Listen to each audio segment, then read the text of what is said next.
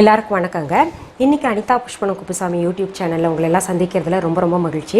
வீட்டில் ரசப்பொடி செய்யறது எப்படின்னு சொல்லி யூடியூப் வீடியோல போட்டிருந்தேங்க. அதை பார்த்துட்டு நிறைய பேர் வந்து ரசம் வைக்கிறதா எங்களுக்கு பெரிய பிரச்சனையா இருக்கு மேடம், கல்யாண ரசம் எல்லாம் எப்படி வைக்கிறது, அது நீங்க கொஞ்சம் செஞ்சு காமிச்சிங்கன்னா நல்லா இருக்கும்னு சொல்லிட்டு நிறைய பேர் கேட்டிருந்தாங்க. நான் இன்னைக்கு ரசம் தான் செஞ்சு காமிக்க போறேங்க. அதுக்கு முன்னாடி ஒரு சின்ன டிப் சொல்றேங்க. ஒரு அம்மா என்கிட்ட கேட்டிருந்தாங்க, என்னுடைய சின்ன வயது மகன், அந்த குழந்தைங்க பார்த்தீங்கன்னா அவங்க உடம்புல ஒரே வேர்வை ஸ்மெல் வருது, அது என்ன பண்ணுறதுனே தெரியலீங்க, ஏதாவது டிப்ஸ் தெரிஞ்சால் சொல்லுங்கள் அப்படின்னு சொல்லிட்டு. உண்மையாலுமே பார்த்தீங்கன்னா இது ஒரு பெரிய பிரச்சனைங்க. ஏன்னா பிள்ளைங்க காலையில் குளிச்சுட்டு ஸ்கூலுக்கு போகிறாங்க, அங்கே நிறைய விளையாடுறாங்க, அந்த வேர்வையெல்லாம் அப்படியே அந்த வேர்வை நாளங்களில் தங்கிட்டுங்க, அது வெளியிலையும் வராமல் உள்ளேயும் போகாமல் ஒரு மாதிரி துர்நாற்றம் எடுக்கும் ஒரு சிலருக்கு. அது வந்து என்ன தேய்ச்சி குளிச்சாலும் போகிறதில்ல நிறைய பேருக்கு. அதுக்கு பார்த்தீங்கன்னா நான் வீட்லேயே சின்ன ரெமெடி உங்களுக்கு சொல்கிறேங்க. கிருமிகள் நம்ம உடம்புல இருந்தால் கூட அந்த துர்நாற்றம் எடுக்கும். அதனால் இரவே என்ன பண்ணலாம், கொஞ்சம் தண்ணியில் வேப்பிலைகள் உருவிங்க, கொஞ்சம் அதில் ஊற போட்டுடலாம். அதில் காலையில் எழுந்துங்க ஒரு லெமன் ஒரு அரை மூடி போல் எடுத்துட்டு அதில் லெமன் நல்லா புழிஞ்சு விட்டுட்டு, அப்புறம் வந்து கொஞ்சம் உப்பு, கல் உப்பு வந்து சும்மா ஒரு 4-5 உப்பு மாதிரி போட்டு நல்லா அந்த குளிச்சுட்டே வரலாங்க. அது ஒரு ரெமெடி சொல்லாங்க.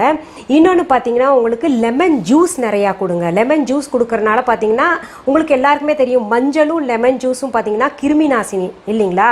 அந்த குளியல் தண்ணியில் கொஞ்சம் ஒரு சிட்டிகை மஞ்சத்தூள் வேணால் போட்டுக்கலாங்க. பொம்பளை பிள்ளைங்களா இருந்தாங்கன்னா மஞ்சத்தூள் போட்டுக்கலாம். ஆம்பளை பிள்ளைங்களுக்கும் செட் ஆகிற மஞ்சத்தூள் பார்த்தீங்கன்னா கஸ்தூரி மஞ்சள், அதையும் போட்டிங்கன்னா நல்லா மணமாக இருக்கும். சந்தனம், மஞ்சள் இந்த மாதிரிலாம் போட்டு குளிச்சுக்கிட்டே வந்தாங்கன்னா தொடர்ந்து அந்த வேர்வை நாற்றம் போயிடும். இன்னொன்று பார்த்தீங்கன்னா உங்களுக்கு டெட்டால், அவங்க துணியெல்லாம் குளிச்சு முடிச்சோடனே துவைக்கிறதுக்கு முன்னாடி டெட்டாலில் அந்த துணியை கொஞ்சம் நேரம் ஊற வச்சுங்க.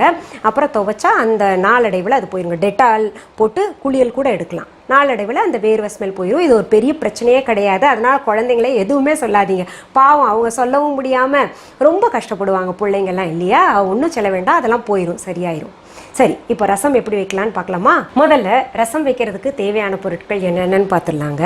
நல்ல பழுத்த தக்காளி 2, பூண்டு பற்கள் 8, பச்சை மிளகா 1, புளி பாதி எலுமிச்சை பழம் அளவு, மஞ்சள் தூள் 1/4 டீஸ்பூன், அரிந்த கொத்தமல்லி இலைகள் 1 டேபிள் ஸ்பூன், கறிவேப்பிலை இலைகள் 15, கடுகு 1/2 டீஸ்பூன், உப்பு தேவையான அளவு, எண்ணெய் தேவையான அளவு. நான் செய்த ரசப்பொடி 3 டீஸ்பூன். முதல்ல என்ன பண்ணாங்க, ஒரு குக்கர் எடுத்துக்கலாம். குக்கர் எடுத்துட்டு அதில் இந்த தக்காளி இருக்கு இல்லைங்களா, அதை நறுக்கி போட்டுக்கலாம். பெரிய துண்டாவே போட்டுக்கலாங்க. இப்போது அதுலேயே புளி போட்டுக்கலாங்க. அதில் என்ன பண்ணோம், நம்ம 4 பல்லு பூண்டு போட்டுக்கலாம். அதில் பச்சை மிளகா போட்டுக்கலாங்க. மஞ்சள் தூளும் அதுலேயே போட்டுக்கலாம். கறிவேப்பிலையும் போட்டுக்கலாம். அப்புறம் உப்பும் போதுமான அளவு போட்டுக்கலாங்க. போட்டு இப்போ தேவையான அளவு தண்ணி ஊற்றிக்கலாம். இதை குக்கர் மூடியால் மூடிட்டுங்க. இந்த குக்கரில் நம்ம 5-6 விசில் வர்ற வரைக்கும் நல்லா குழையணும் இல்லையா தக்காளி எல்லாம், அதனால் அது வேக விடலாங்க. நம்ம அந்த விசில் வர்ற வரைக்கும் பொறுத்திருக்கலாமா. அதுக்கு நடுவில் நம்ம என்ன பண்ணலாங்க, இந்த பூண்டு பற்கள் மீதம் இருக்கு இல்லையா, அதை சும்மா தட்டி வச்சுக்கலாங்க. சும்மா உடஞ்சா போருங்க. பாருங்க, இந்த மாதிரி பொழந்தா போகும். இப்போ நம்ம இந்த மாதிரி டைல்ஸ், இப்போ பார்த்தீங்கன்னா உங்களுக்கு அம்மி உரல்லாம் பார்க்க முடியாதுல்ல, இந்த மாதிரி சின்ன உரல் வந்து டைல்ஸ் மேலே வச்சு தட்டும்போது டைல்ஸ் அப்படியே பொழந்துக்குது இல்லையா. அதுக்காக என்னங்க பாட்டியெல்லாம் சின்னதில் எங்களுக்கு சொல்லுவாங்க, தரையில் வச்சாலே சொல்லுவாங்க, இந்த மாதிரி நல்லா கனமாக ஒரு துணி கீழே வச்சுக்கோ, வச்சுட்டு அப்புறம் எது இருந்தாலும் இடிங்க என்ன தட்டுங்க அப்படின்னு சொல்லுவாங்க. அதுக்காக நான் இது வச்சுருக்கேன். இப்போ பாருங்கள், 6 விசில் ஆயிடுச்சுங்க இந்த குக்கரில். நான் இப்போ இறக்குறேன் அடுப்பை விட்டு. இது கொஞ்சம் ஆற விட்டுடலாம். இப்போ இது ஆறிடுச்சுங்க. நான் விசில் எடுத்து பார்த்துட்டு, இப்போ தக்காளி நல்லா குழஞ்சிருக்குங்க பாருங்கள். அதை கொஞ்சம் நல்லா கரண்டி வச்சு நீங்கள் மசிச்சிருங்க.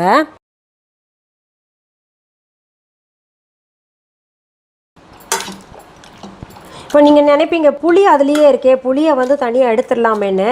நான் என்ன பண்ணுவாங்க, அந்த புளியெல்லாம் அதுலேயே விட்டுருவேன். ஏன்னா அதில் ஊற பார்த்தீங்கன்னா அந்த டேஸ்ட் இன்னும் கூடிகிட்டே போகும். இப்போ பாருங்கள், மசிச்சிட்டோம் இல்லையா, அதில் மீதம் இருக்கிற பூண்டு பற்களை போட்டுடலாம். அப்புறம் கொத்தமல்லி இலைகள் போட்டுக்கலாம். கொஞ்சம் உப்பையும் சேர்த்துக்கலாம்.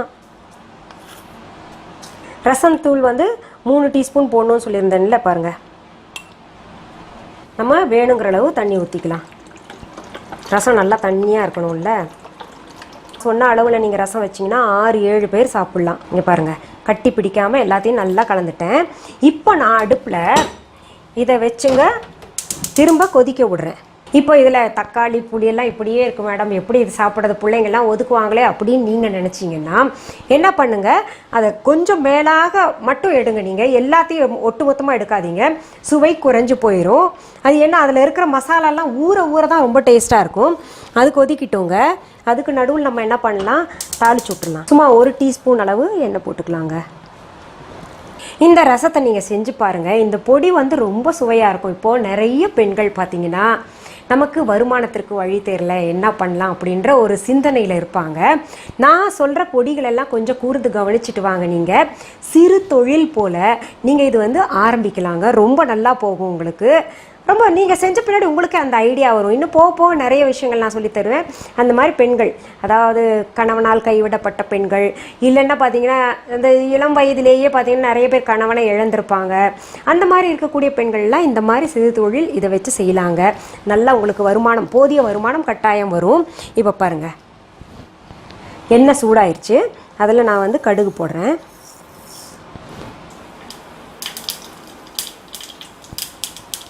கடுகு பொரிஞ்சிருச்சு இல்லையா, இதை வந்து மேலாக நம்ம ஊற்றிக்கலாங்க. கொதிக்கவே விடக்கூடாதும்பாங்க. அப்படியே கொதிச்சாலும் பச்சை தண்ணி வந்து ஒரு 1/2 டம்ளர் எடுத்து மேலாக ஊற்றணுன்னு, அதெல்லாம் ஒன்றும் தேவையில்லை. பாருங்கள், இப்போ நல்லா கொதிக்க வைக்க போகிறேன். ஏன்னா இதில் பருப்பு நம்ம சேர்த்துருக்கோம்ல ரசப்பொடியில், அதனால் அந்த பருப்பு போட்டால் அந்த நல்ல மஞ்சளாக நுரையாக மேலாக வரணும். அதுக்கு நல்லா கொதிக்க விட்டால் தான் வரும். நீங்கள் பாருங்கள், இப்போது சொன்னேன்ல உங்களுக்கு மஞ்சளாக அந்த பருப்பு போட்டால் மேலாக நுரை வரும்னு. ஏன்னா அப்போ தான் பச்சை வாசனை போகும். பாருங்கள், நல்லா கொதிக்குது பார்த்தீங்களா. கொதிக்கும் போதும் நம்ம இன்னொரு தடவை கலந்து விட்டுடலாங்க. ஏன்னா நல்லா பச்சை வாசனை போகணும். கீழே இருக்கிறதெல்லாம் மேலே கொண்டு இந்த மசாலா எல்லாம் இன்னும் கொதிக்க விடணும். துவரம்பருப்பு போட்டு நம்ம அரைச்சிருக்கோம். அந்த துவரம்பருப்போடைய பச்சை ஸ்மெல்லாம் போகணும்ல, அதுவும் கொஞ்சம் நல்லா நைஸ் ஆயிடுச்சு. இருந்தால் கூட அதுவும் ஒரு வேக்காடு வரணும் இல்லையா, அதுக்காக. நல்லா கொதி வந்துருச்சுங்க. நான் சொன்னேன் இல்லையா, இந்த நுரையா மேலே வந்து எல்லோ கலரில் வரணும்னு, அது வந்துருச்சு. இப்போ நான் இறக்க போகிறேங்க இதை. வா, மனம் அப்படி கிளப்புதுங்க. எனக்கு பொதுவாகவே எனக்கு ரசம்னா அப்படி ரொம்ப பிடிக்கும். யாராவது என்ன சாப்பாடு உங்களுக்கு என்னங்க செஞ்சு வைக்கலாம், எங்கள் வீட்டுக்கு சாப்பிட வாங்கன்னு கூப்பிடுவாங்க, உங்களுக்கு என்ன செய்யலாம், பிடிச்சது ஏதாவது சொல்லுங்களேன் அப்படின்னு சொல்லிட்டு யாராவது கேட்டாங்கன்னா டக்குன்னு யோசிக்கவே மாட்டேன், எனக்கு ரச சாதம் வேணும் அப்படி. ஐயே, என்ன விருந்து கூப்பிடுறோம், நீங்கள் போய் ரச சாதம் போய் கேட்குறீங்களே அப்படிம்பாங்க. நான் சொன்ன மாதிரி உங்களுக்கு கல்யாண ரசம் மாதிரி தெரியுதா? கல்யாண வீட்டில் ரசம் என்ன போட்டு செய்கிறாங்கன்னு நம்ம குழம்பி போய் கிடப்போம். அப்படியே கல்யாண வீட்டு ரசம் மாதிரி இருக்குது. இப்போது உங்களுக்கு டெம்ட் ஆகுதோ இல்லையோ, மனம் வந்து எனக்கு டெம்ட் பண்ணுதுங்க. ஸோ நான் கொஞ்சம் போட்டு சாப்பிட்றேன்.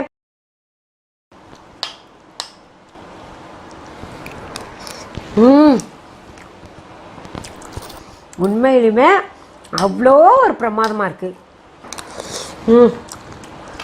இது கூட ஒரு உருளைக்கிழங்கு ஃப்ரை இருந்தால் எப்படி இருக்கும்ல, ரொம்ப நல்லாயிருக்கும். சரிங்க, நான் செஞ்ச மாதிரி நீங்களும் செஞ்சு பார்த்துட்டு எனக்கு ஃபீட்பேக் கொடுங்க, சரிங்களா? சரி, உங்களுக்கு இது போன்ற நல்ல நல்ல ரெசிபிஸ், எங்களுடைய பாடல்கள், அப்புறம் டிப்ஸ் எல்லாம் வேணும்னா நீங்கள் எல்லாம் செய்ய வேண்டியது ஒன்று தாங்க. அனிதா புஷ்பனம் குப்புசாமி யூடியூப் சேனலை சப்ஸ்கிரைப் பண்ணுங்கள். பக்கத்தில் பெல் ஐகான் பட்டன் காமிக்கும், அதையும் டச் பண்ணி விட்டுருங்க. அப்போ தான் நான் வீடியோ அப்லோட் பண்ணுறது எல்லாமே உங்கள் நோட்டிஃபிகேஷன்ஸ்க்கு வரும். நீங்கள் பார்த்து அதை செய்து பார்க்கலாம், சரிங்களா? மீண்டும் சந்திக்கலாமா?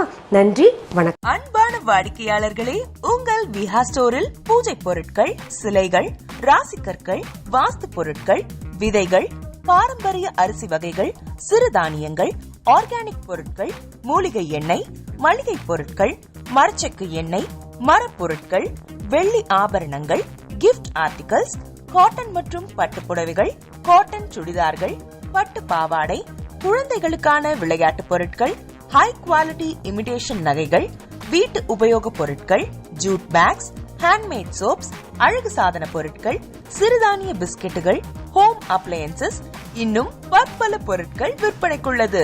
விஹா ப்ராடக்ட்களை நீங்கள் வாங்க விரும்பினால் அது எங்களுடைய viha.online வெப்சைட் மற்றும் சென்னை ராஜா அண்ணாமலைபுரத்தில் உள்ள எங்கள் விஹா ஸ்டோரில் மட்டுமே கிடைக்கும் என்பதை தெரிவித்துக் கொள்கிறோம். வேறு எந்த ஆன்லைன் வெப்சைட்களிலும் விஹா ப்ராடக்ட்கள் விற்பனைக்கு கிடையாது என்பதை நீங்கள் கவனத்தில் கொள்ள வேண்டும். எங்கள் விஹா ஸ்டோரின் விலாசத்தை கண்டறிய கூகுள் மேப்ஸில் விஹா ஸ்டோர் என்று டைப் செய்தால் வழியை கண்டறியலாம். www.viha.online வெப்சைட்டிலும் விஹா ஸ்டோரின் அட்ரஸ் உள்ளது.